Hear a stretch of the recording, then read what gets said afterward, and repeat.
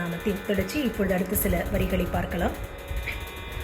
விஸ்வாதிகா. விஸ்வாதிகான்னு சொல்லும்பொழுது அம்பாள் இந்த அண்ட சராசரத்திற்கு மேலாக விளங்குகின்றாள். அதனால விஸ்வாதிகா அப்படிங்கிறோம். வேத வேத்யா. அம்பாளை வேதங்களால் மட்டுமே உணர முடியும். அதனால வேத வேத்யா அப்படிங்கிறோம். விந்தியாசல நிவாசினி. அந்த விந்திய மலையில் வாசம் செய்கின்றாள் அம்பாள். அதனால விந்தியாசல நிவாசினி அப்படின்னு சொல்றோம். விதாத்ரி. அதாவது இந்த உலகத்தை அம்பாள் தாங்கி கொண்டிருக்கின்றாள். அதனால விதாத்ரி அப்படின்னு சொல்றோம். வேத ஜனனி. அம்பாளோட கருணையினாலேயே இந்த வேதங்கள் எல்லாம் ஜனனமாச்சு. அதனால வேத ஜனனி அப்படின்னு அம்பாளை சொல்றோம். விஷ்ணு மாயா. விஷ்ணு மாயையில் வாழக்கூடியவள். அதனால விஷ்ணு மாயா அப்படின்னு சொல்றோம். விலாசினி. விலாசினின்னு சொல்லும் பொழுது அம்பாள் ஆனந்தத்தை ரொம்ப விரும்பி அனுபவிக்கின்றாள். அம்பாளுக்கு சந்தோஷமா இருக்கிறது ரொம்ப பிடிக்கும். அதனால விலாசினி அப்படின்னு அம்பாளுக்கு ஒரு பெயர்.